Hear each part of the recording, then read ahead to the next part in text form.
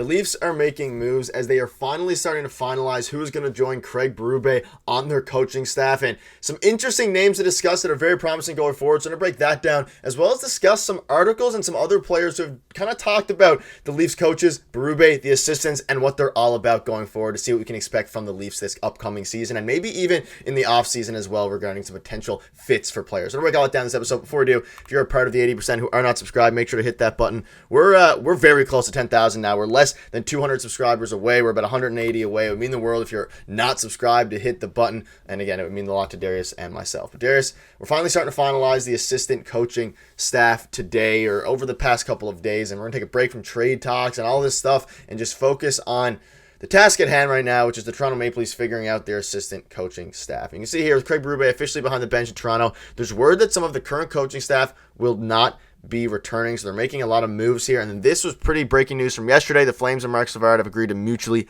part ways, which leads into Marc Savard is set to leave Calgary and is expected to join Craig Berube's staff with the Leafs. And I'll get into a couple of things here, and we have another move as well to discuss in a minute. But Darius, let's get your thoughts on this first. Marc Savard, we were hoping he was kind of going to join the Leafs as a coaching staff, and now it looks like he is. Yeah, I think it was last week and we first heard some rumblings that Marc Savard could be an option to join Craig Berube on the Leafs coaching staff. But, the question at the time was, that's weird because Marc Savard is with the Calgary Flames. And now that this came out yesterday, they mutually parted ways. It kind of opens the door to believe Marc Savard will be joining the coaching staff right at this point. Obviously, it's just an assumption, but based on the reports we saw over the weekend and the fact that they parted ways yesterday, I would assume that he's going to be joining Berube. Now, he's more of an offensively minded coach, so he may be taking over for Guy Boucher, who could be let go, because we also heard yesterday that there will be some movement on the Leafs coaching staff. It's not going to stay as is. There will be movement. They're just talking about it right now, so we'll see that in the next coming days.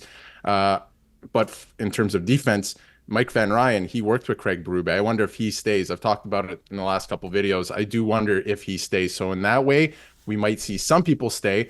But I think Marc Savard is a pretty good bet to be joining the Leafs coaching staff at this point. Yeah, that's what all signs are pointing to. And this is good news. Obviously, the Leafs, I think it's good news in the sense that the Leafs aren't bringing back many of the coaches that they had on the team last year. I think at this point, we all agree that cleaning house for the most part, besides maybe Van Ryn, because he has a history with Berube, would make the most sense, especially if you're going to go forward with all these trades that we're discussing, which will probably end up happening regarding shaking up the core four, and just tons of reports saying expect him to join Berube's staff with the Leafs, which is super exciting. And this is kind of, if you're unfamiliar with the kind of coach that Marc Savard is, you can feel free to pause and read this, but it's basically to trust his higher skilled offensive-minded players to be creative and free on the attack. He talks about breakouts. Speed is the name of the game, whether that's in transition as they rush to the blue line, of course, race to the corners. And the big thing here is that Savard wants his players ready to attack off faceoffs, and instead of passing the puck and being passive to a defenseman, like we saw a lot with the Leafs last year, it's about working pucks to high danger areas with quick passes. And in Savard's offense, 2 seconds is an eternity, which I think works well with the Toronto Maple Leafs current team. They have obviously Marner,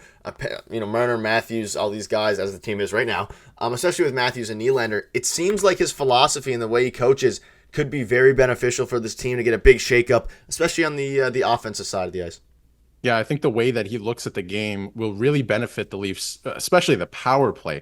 I love the part where he said, 2 seconds is an eternity in Marc Savard's world. I think that's great. If the Leafs start moving the puck a little faster, I think they're going to find success, not only on the power play, but on 5-on-5 and even strength as well, all over the ice, even the PK. If they just play with a little more urgency and move the puck faster and move to more of that gameplay, I think it'll serve them well. And even in the first part of that paragraph as well, I think a lot of what he was saying, speed is the name of the game, in transition, off the rush, racing to the corner, stuff like that. Berube was talking a lot about that, like the north-south game, getting pucks behind, forechecking, which is not something we've seen from the Leafs, especially in the last couple of years. So I think their mindsets really mesh well, Berube and Savard, that is. So I think it's going to bode well for the Leafs, and I think they're going to change a lot up. It's going to be a bit of a different Leafs team in more ways than one next year. So that's exciting if, Marc Savard joins the coaching staff, assuming that he will. Yeah, and it seems basically confirmed, but it's not official yet, so we're kind of just going to, technically speculation, but it seems like that's definitely the way to go. And you see here, from Salim, Savard was brought in to reignite the Flames' power play and offense, but neither materialized. The power play regressed in a big way, and the offense wasn't creative in generating 5-on-5 goals. The neutral zone was particularly ineffective. Curious the direction of replacing Savard here, so we'll bring you guys both sides of the picture. If you're a Flames fan, there's some, in theory, negatives to Savard, at least in how he did with the Flames. That being said, the Flames Leafs were really bad last year, underperformed mightily, and haven't really been a good team since trading Matthew Tkachuk. So you can take that into account as well, and we've seen kind of the way that these things go with coaching staff. At the end of the day, coaches can only do so much. Like, bringing in Craig Berube itself is not going to fix this Toronto Maple Leafs team and instantly make them cup contenders, but it's the way that they work around that, and they have the philosophy changes that we're going to be interested to see. But Darius, let's discuss DJ Smith now, and he is set to return to LA if they keep head coach Jim Hillier. Now, this is a precursor to what I'm about to show you, but if Hillier isn't brought back to LA, Smith is likely to return to the Leafs as an assistant coach. And you can see here, the Los Angeles Kings have removed the interim tag from Jim Hillier and signed him to a multi-year contract extension per Kevin Weeks. So, Darius, you can see and read between the lines here about what's happening.